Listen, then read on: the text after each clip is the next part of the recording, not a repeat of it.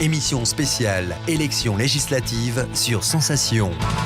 Bonjour à tous, bienvenue dans ce journal de campagne spécial Île-de-France. Dimanche dernier, la France a connu un nouveau record d'abstention. 52,3% des citoyens inscrits sur les listes électorales ne se sont pas rendus aux urnes. Alors que les sondages indiquaient un coude à coude au second tour entre LREM et la NUPES, ça s'est avéré dans le département des Yvelines. Dans la première circonscription, le candidat LREM Charles Rodwell s'est imposé avec 33,08%. Il nous rappelle ses priorités. Je veux vraiment travailler sur les sujets de soutien et de protection de nos entreprises, notamment industrielles et stratégiques.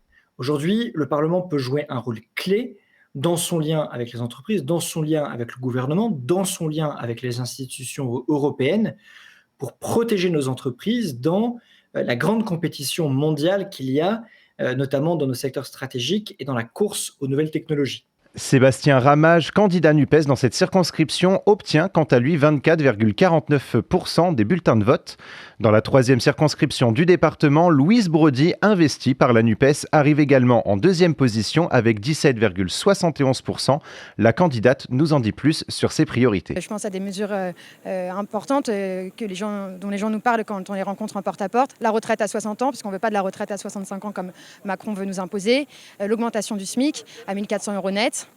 Voilà, toutes ces mesures-là, la planification écologique, participer à toutes ces réformes indispensables. Louise Brody, qualifiée face à Béatrice Piron, candidate LREM. Dans la 10e circonscription, Aurore Berger est candidate à sa propre réélection. Elle s'est imposée dimanche dernier avec 33,43% en représentant le LREM. Voici ses priorités. La question de la santé, parce que c'est vraiment devenu la première préoccupation des Français et on le comprend.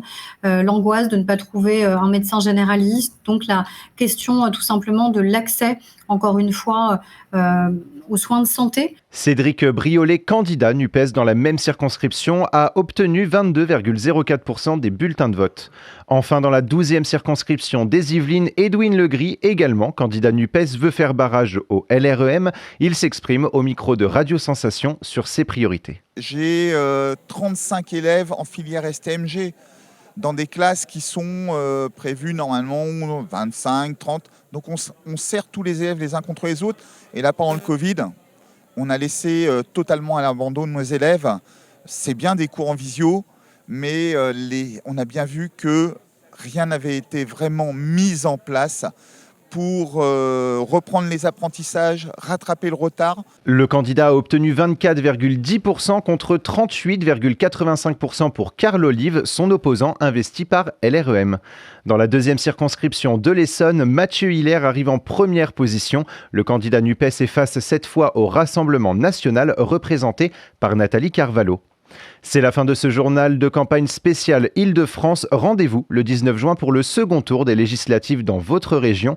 Et vous pouvez retrouver cette émission ainsi que les autres candidats sur notre site, notre chaîne et notre application Radio Sensation. Émission spéciale élections législatives sur Sensation.